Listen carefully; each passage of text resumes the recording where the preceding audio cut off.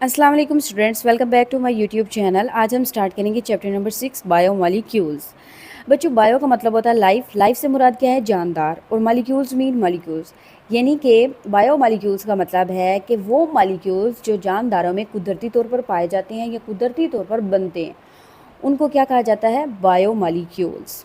Biomolecules की इस chapter में हम इनके क्या फंक्शन है और हमारी बॉडी के लिए ये क्यों ज़रूरी है और ये कैसे बनते हैं और ये कहाँ कहाँ पर पाए जाते हैं, इस चैप्टर में हम इन सब चीज़ों को स्टडी करेंगे। लेकिन बच्चों, वीडियो स्टार्ट करने से पहले आपसे छोटी सी रिक्वेस्ट है कि चैनल को सब्सक्राइब कर दें और अगर आपको वीडियो अच्छी लगे वीडियो को लाइक और शेयर ज़रूर कीजिएगा। बायोकेमिस्ट्री। बच्चों, ये दो जो डेफिनेशंस हैं ये आप फर्स्ट चैप्टर में पढ़ चुके हैं, बायोकेमिस्ट्री और molecular biology. Biochemistry is the study of the chemical processes that occur with in living organisms. Biochemistry उन तमाम केमिकल प्रोसेसेस का मुतालिया करती है जो कि जानदारों में होते हैं। ठीक है।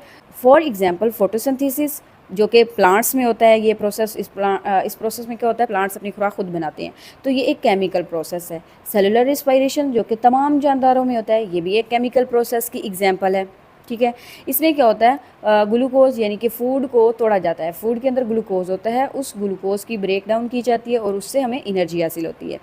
Molecular biology is the study of the structure and function of the biomolecules. Molecular biology biology की वो ब्रांच है जिसमें इन बायोमॉलिक्यूल्स की स्ट्रक्चर यानी कि उनकी साख और उनका क्या काम है, क्या रोल प्ले करते हैं, उनके बारे में स्टडी किया जाता है।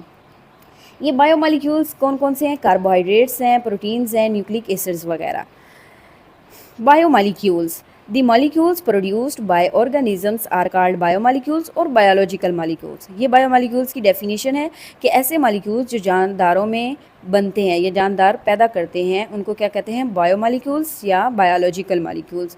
दे इंक्लूड, इनमें क्या क्या शामिल है? Carbohydrates, lipids, protein, nucleic acid यानी डीएनए और आरएनए, ये सब बायोमॉलिक्यूल्स हैं। They are mostly large in size, ये लार्ज इन साइज़ में होते हैं, यानी कि इनका साइज़ बहुत बड़ा होता है, इसलिए इनको मैक्रोमॉलिक्यूल्स कहते हैं। मैक्रो मीन होता है बड़ा, तो ये साइज़ में बड़े हैं, तो इसलिए ये मैक्रोमॉलिक्यूल्स कहलाते हैं।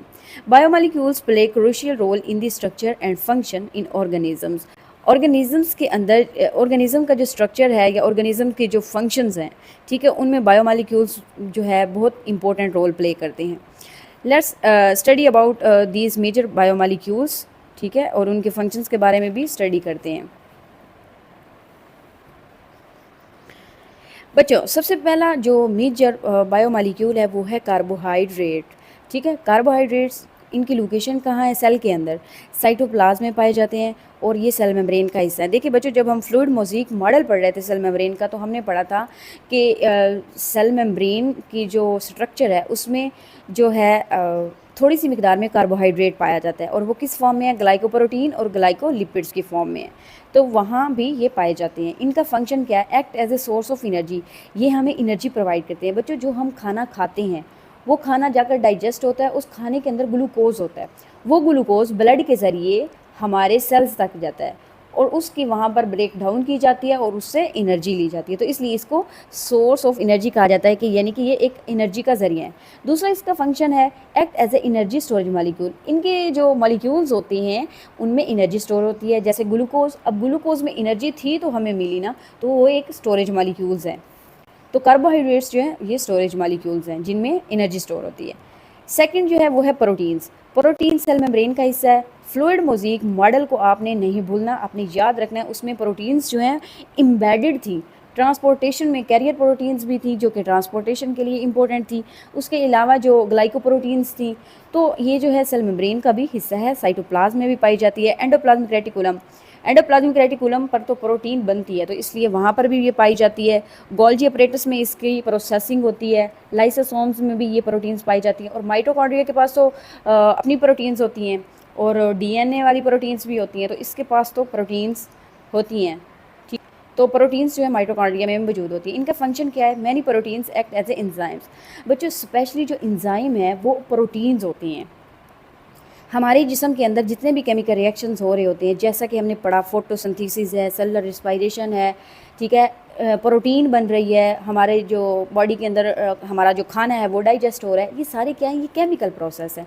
डियर स्टूडेंट्स, ये जो केमिकल प्रोसेस हमारी बॉडी में हो रहे होते हैं ना, ये बहुत स्लो होते हैं, इतने स्लो होते हैं कि हमारी बॉडी जो है कायम ही ना रहा, यानी कि हमारी लाइफ को सपोर्ट नहीं कर सकते। ये रिएक्शन से इतनी स्लो स्पीड में हो रहते हैं। तो ये जो एंजाइम है इनकी स्पीड को तेज़ करते हैं, इसलिए ये बहुत ज़्यादा इम्पोर्टेंट है हमारी बॉडी में। सम हार्मोन्स आर प्रोटीन्स, कुछ जो हमारी बॉडी के हार्मोन्स हैं वो क्या होते हैं, प्रोटीन्स होते हैं। मिसाल के तौर पर इंसुलिन, इंसुलिन क्या है, एक हार्मोन है जो कि हमारी बॉडी के अंदर शुगर लेवल को कंट्रोल करता है, ठीक है।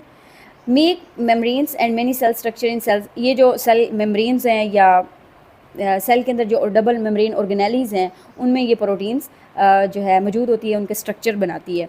कंट्रोल सेलुलर ट्रैफिक, देखें बच्चों, जिस तरह एक रोड के ऊपर ट्रैफिक पुलिस काम कर रही होती है, यानी कि गाड़ियों की मूवमेंट करवा रही होती है, इसी तरह जो प्रोटीन्स है ये सेलुलर ट्रैफिक को कंट्रोल कर रही होती है, यानी कि सेल के अंदर जो चीज़ें ट्रांसपोर्ट करनी है एक जगह से दूसरी जगह, या सेल के अंदर से बाहर और बाहर से अंदर चीज़ें भेजनी हैं, उनकी जो मूवमेंट है उसको प्रोटीन्स कंट्रोल कर रही होती हैं, और उसको क्या कहा जाता है, सेलुलर ट्रैफिक कहा जाता है।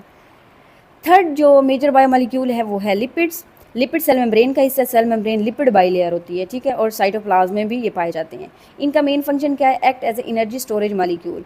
बच्चों, कार्बोहाइड्रेट्स के एक मॉलिक्यूल में जितनी एनर्जी होती है उससे कहीं 10 गुना, ठीक है, ज़्यादा एनर्जी लिपिड के मॉलिक्यूल्स में होती है। और जब हमारी बॉडी में कार्बोहाइड्रेट्स नहीं होते तो हमारी बॉडी के अंदर फैट्स जो स्टोर होते हैं, हमारी बॉडी उस फैट का इस्तेमाल करती है एनर्जी लेने के लिए, तब जब कार्बोहाइड्रेट्स हमारी बॉडी में नहीं होते, जब हमने खाना नहीं खाया होता।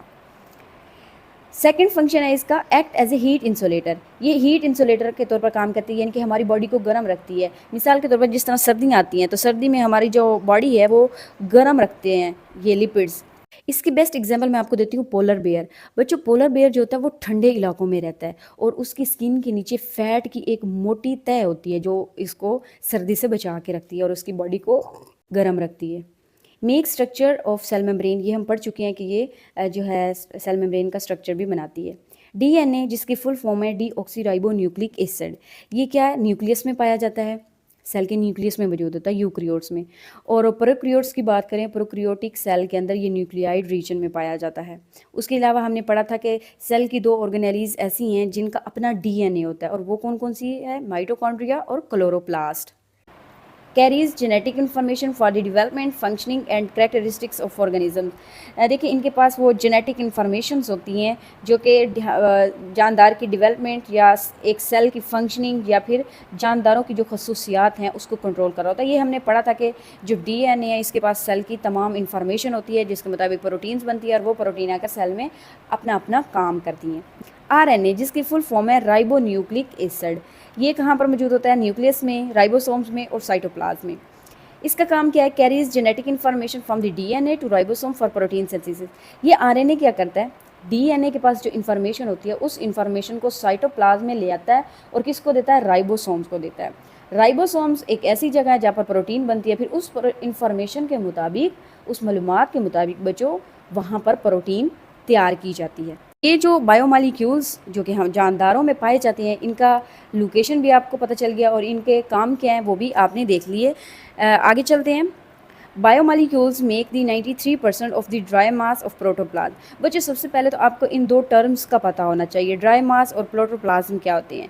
बच्चों, प्रोटोप्लाज्म जो होता है सेल का लिविंग पार्ट होता है, यानी कि ये जो साइटोप्लाज्म है ये और न्यूक्लियस, ये 2 चीज़ें क्या कहलाती हैं, सेल की प्रोटोप्लाज्म कहलाती हैं। दूसरी टर्म है ड्राई मैस। बच्चों, अगर एक सेल से सारे पानी को निकाल दिया जाए तो बाकी जो कुछ भी बचता है उसको क्या कहते हैं, ड्राई मैस कहते हैं। उस ड्राई मैस का बायोमॉलिक्यूल्स कितने परसेंट है, 93% है। और जो रिमेनिंग 7% है ड्राई मैस, वो किस चीज़ पर मुश्तमिल है, विटामिन्स पर। इनऑर्गेनिक सब्सटेंसेस होते हैं लाइक कार्बन डाइऑक्साइड होती हैं, एसिड्स, बेसिस और साल्ट्स वगैरह पाए जाते हैं। तो 93% जो है ये कैसे, मतलब कि इनकी डिस्ट्रीब्यूशन है वो देख लेते हैं, ये कितने परसेंट हैं। प्रोटीन्स जो होती है 50% होती है, न्यूक्लिक एसिड 18% होता है, कार्बोहाइड्रेट्स 15% और लिपिड 10%, जो कि सबसे कम है। तो आपने ये जो इनकी परसेंटेज है इसको याद रखना है, MCQs में आपसे पूछा जा सकता है। नेक्स्ट चलते हैं। All the chemical reactions that occur in an organisms are collectively called metabolism. बच्चों, जितने भी एक जानदार की बॉडी के अंदर रिएक्शंस हो रहे होते हैं, जो कि हम ऊपर कुछ पढ़ भी चुके हैं, और उसके अलावा भी बहुत सारे केमिकल रिएक्शंस हैं जो कि बॉडी में हो रहे होते हैं, उनको कलेक्टिवली क्या कहा जाता है? उनको कलेक्टिवली कहा जाता है मेटाबॉलिज्म। ठीक है, मेटाबॉलिज्म को डिवाइड किया गया है 2 मेन कैटेगरीज में, anabolism and catabolism. Anabolism metabolism की वो टाइप है जिसमें सिंपलर सब्सटेंसेस को जोड़ा जाता है, छोटे छोटे यूनिट्स को जोड़कर कोई बड़ा स्ट्रक्चर बनाया जाता है। In which simpler substances are combined to form complex substance. देखिए, जब हम छोटी छोटी चीज़ों को जोड़ते हैं तो वो कोई ना कोई बड़ा स्ट्रक्चर या बड़ी बॉडी बनाती हैं। ठीक है, तो इसी तरह एनाबॉलिज्म में भी होता है, छोटे छोटे यूनिट्स को जोड़कर एक बड़ी कम्प्लेक्स चीज़ बनाई जाती है। जिस तरह प्रोटीन है, प्रोटीन एक कम्प्लेक्स स्ट्रक्चर है, लेकिन आपने कभी सोचा है कि ये किन चीज़ों से मिलकर बनी होती है? ये अमाइनो एसिड से मिलकर बनी होती है। अमाइनो एसिड छोटे छोटे मिलते हैं और ये एक प्रोटीन बनाते हैं। Energy is used in this reaction.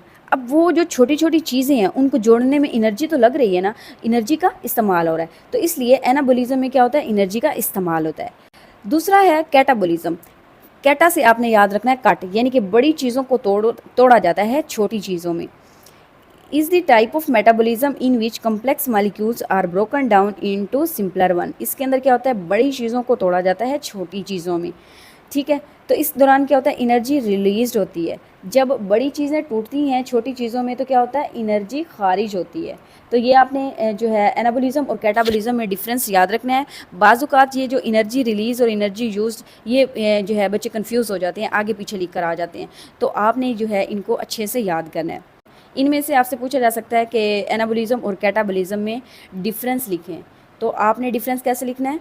एक तरफ एनाबॉलिज्म, दूसरी तरफ कैटाबॉलिज्म, दरमियान में लाइन, डिफरेंस ऐसे लिखते हैं। ठीक है, तो आपने ये लिखना है। आज के लिए इतना ही, मिलते हैं नेक्स्ट वीडियो में, तब तक के लिए अल्लाह हाफिज़, टेक केयर।